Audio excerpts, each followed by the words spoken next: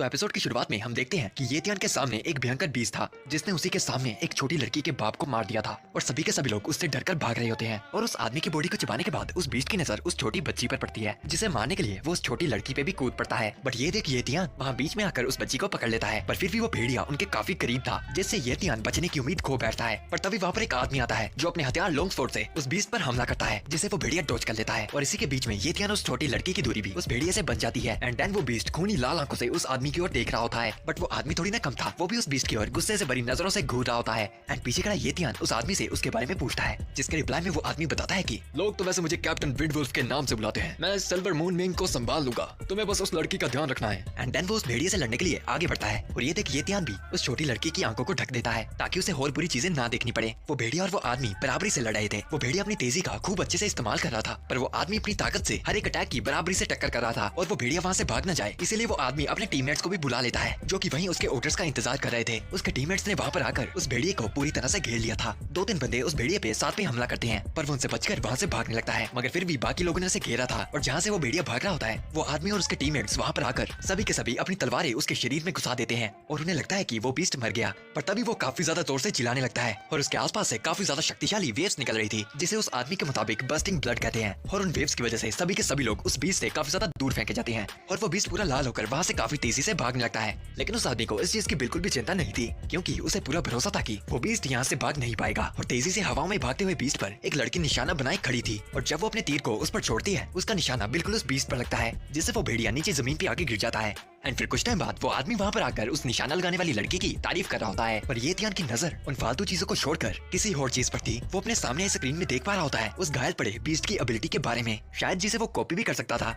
येतियान अपने सामने पड़े बीस्ट की ओर देख रहा होता है क्योंकि उसके सामने एक मैसेज पॉपअप हुआ था जिसमें उस फीड्स बीस्ट की जानकारी दिख रही होती है और वो भेड़िया फिर से हिलने लगता है। पर येतियान और उस लड़की के अलावा किसी का भी ध्यान उस बीस्ट पे नहीं था। और फिर उनकी पार्टी का कैप्टन उन्हें चिल्लाकर केयरफुल होने का संदेश देता है कि वो बीस्ट अपनी जगह से उठकर जोर से भौंकने लगता है और फिर सभी लोग फिर से उसे लड़ने के लिए तैयार हो जाते हैं। और बाकी मेंबर्स ये कह रहे होते हैं कि इस बीस्ट की सहन शक्ति बहुत ही ज्यादा है और उनका कैप्टन उन्हें समझाता है कि हमसे इतनी देर तक लड़ने के बाद अब वो बीस्ट काफी ज्यादा कमजोर हो चुका है, मैं इसे संभाल लूंगा। और उनका कैप्टन एक बार पीछे मुड़कर येतियान और उस लड़की को वहाँ से भागने के लिए कहता है क्योंकि इस जगह बहुत ही ज्यादा खतरा था। लेकिन येतियान अपनी ही दुनिया में डूबा इसी चांस का वेट कर रहा था और फिर वो काफी तेजी से भागा उस कैप्टन से आगे निकल जाता है और अपनी एबिलिटी को एक्टिवेट करता उस बीस्ट को मारना शुरू हो जाता है। और जिस टाइम उस बीस्ट से उसका पंच टच होता है उसे एबिलिटी कॉपीड कर नोटिफिकेशन आता है। लेकिन बात यहीं पर खत्म नहीं होती, वो पलटकर उस बीस्ट के ऊपर चढ़ जाता है और फिर उस बीस्ट को लगातार मुक्के मारना शुरू कर देता है। और जितने टाइम वो उसको मुक्के मारता उतने टाइम उसको कॉपीड एबिलिटी के नोटिफिकेशन आते रहते हैं। पर वो उस नोटिफिकेशन को देख हंसता हुआ उस बीस्ट को मारना नहीं रुकता और फिर पीछे से येतियान के खून भरे हाथों को वही कैप्टन पकड़कर रोक लेता है और येतियान को रुकने को कहता है क्योंकि वो बीस्ट तो कब का मर चुका था। लेकिन ये बात येतियान को पता भी थी, पर उसे सिर्फ इस चीज की परवाह थी कि उसने उस बीस्ट की एबिलिटी को कॉपी कर लिया था। और फिर वो कैप्टन अपने सभी मेंबर्स को उस जगह को क्लियर करने के लिए कहता है और कुछ मेंबर्स को उस बच्ची का ध्यान रखने को कहता है और कुछ को उस बीस्ट की बॉडी लेके जाने के लिए। और वो कैप्टन उस जगह से जाते जाते येतियान को कहता है, अभी के लिए तो मैं चलता हूँ यंग मैन, लेकिन जब तुम वॉरियर बनोगे पक्का विंडवुल्व्स यानी हमारे गाइड को ही ज्वाइन करना।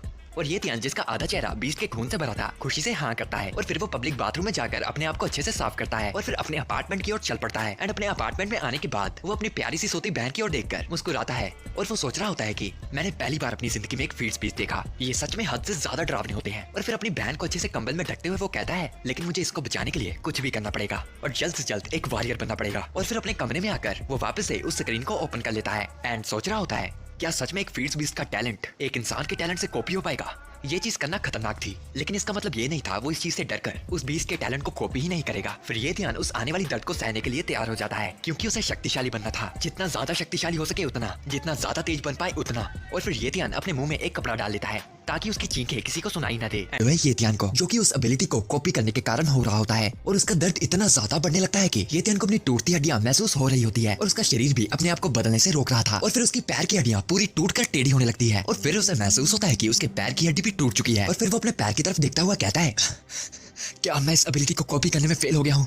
पर लगता है ऐसा नहीं था। और फिर कुछ टाइम बाद येतियान को वापस से होश आती है और फिर वो अपने शरीर की ओर देखने लगता है, लेकिन उसके हाथ और पैर दोनों ठीक थे। ये थोड़ा अजीब तो था क्योंकि पहले तो उसके पैर की हड्डी टूट चुकी थी। और फिर येतियान अपनी जगह से उठकर अपनी एबिलिटी को टेस्ट करता है और हवा में एक किक मारता है जो कि काफी ज्यादा तेज थी और उसे अपनी बॉडी काफी ज्यादा हल्की महसूस होती है। और फिर वो अपने सिस्टम से उसकी जानकारी लेता है और देखता है कि अब उसके पास 2 टैलेंट है, एक तो जो उसने पहले कॉपी किया था और एक नया स्पीड का टैलेंट, मतलब कि उसका कॉपी टैलेंट एकदम सक्सेसफुल था। और फिर कुछ टाइम बाद हम देखते देखते हैं कि ये तियान हद से भी ज्यादा तेज भाग रहा था, लेकिन जिस तेजी से वो भाग रहा था उसे उड़ना कहना भी गलत नहीं होगा। और हवाओं से ये तियान सीधा जंगलों में कूदकर एक मस्त सी सुपर विलन लैंडिंग करता है। एंड देन वो अपनी स्पीड को टेस्ट करने के लिए अपने से काफी दूर हवा में पेड़ से गिरे पत्तों के पास जाता है। और जब वो उस पत्ते को पकड़ता है वो तभी के तभी तबाह हो जाता है। और ये तियान थोड़ा फ्लैक्स मारते हुए कहता है, इस सिल्वर मून में एक भेड़िए की स्पीड तो सच में काफी ज्यादा कमाल की है। फिर वो एक पत्थर पे जाकर बैठकर अपनी पावर को मेडिटेट करने लगता है, क्योंकि अब उसकी तेजी तो एक वॉरियर के लेवल की थी, बट उसकी पावर वॉरियर के लेवल के आसपास भी नहीं थी। और ये तियान तो चाहता था अपने कल्टीवेशन की स्पीड को जितना तेज हो पाए उतना तेज करना। और ये तियान का दोस्त जियांग बाओ उसके पास आकर उसे कहता है, हो तो तुम यहाँ पर ट्रेनिंग कर रहे थे और मैं तुम्हें इतनी देर से ढूंढ रहा था। चलो जो भी हो, क्या हाल है तुम्हारा? और ये तियान की ओर देखता उससे पूछता है,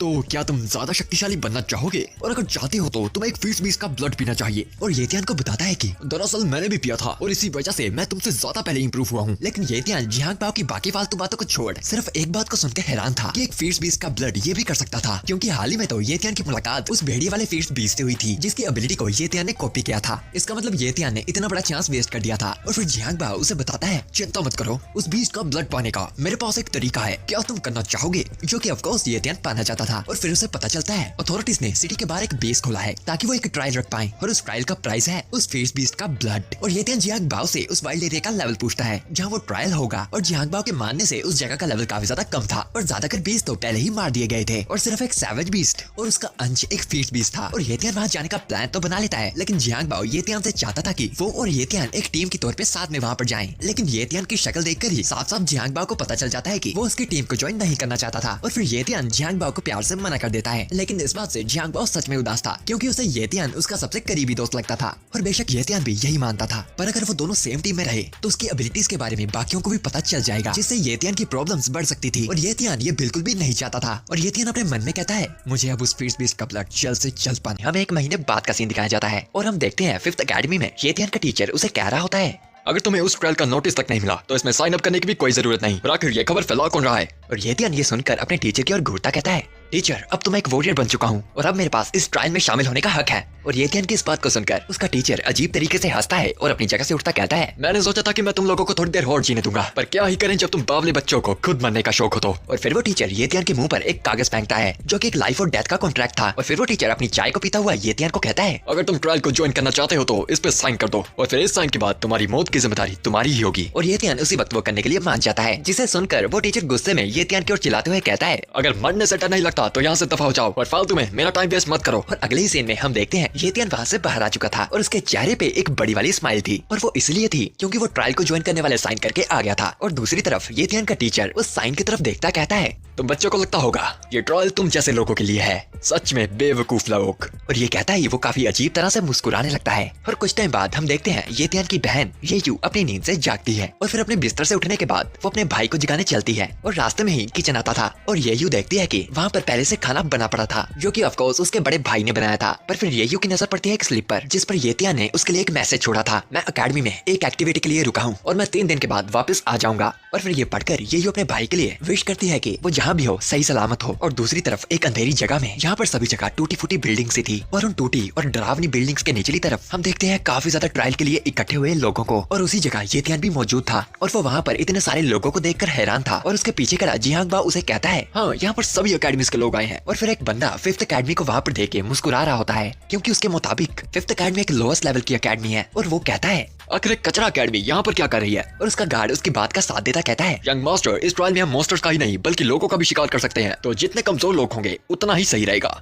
और फिर उसका यंग मास्टर भी इस बात को सुनकर अजीब तरीके से हंसने लगता है। और दूर से जियांग बाओ उस बंदे का नाम हमें बताता है, जो कि मो शाओबे था, जो कि फर्स्ट अकेडमी का एक जीनियस था और अपनी मो फैमिली का एक हीरा। और ये तियान भी शाओबे की तरफ देखता कहता है, मो फैमिली, तब इतना हवा में उड़ रहा है। और तभी वहाँ पर एक बंदा अपनी तलवार बाहर निकाल मो शाओबे का नाम चिल्लाता उसे अपने पिंजरे से बाहर निकलने को कहता है और जोर जोर से कहता है, मो शाओबे, कहाँ हो तुम? बाहर आओ, मैं तुम्हें आज यहीं पर काट डालूंगा। और थोड़ा दूर खड़ा शाओबे उसे देखता कहता है, हरामखोर, फिर से हारने को आ गया। और वो दोनों एक दूसरे की ओर देखकर मुस्कुराने लगते हैं। और ये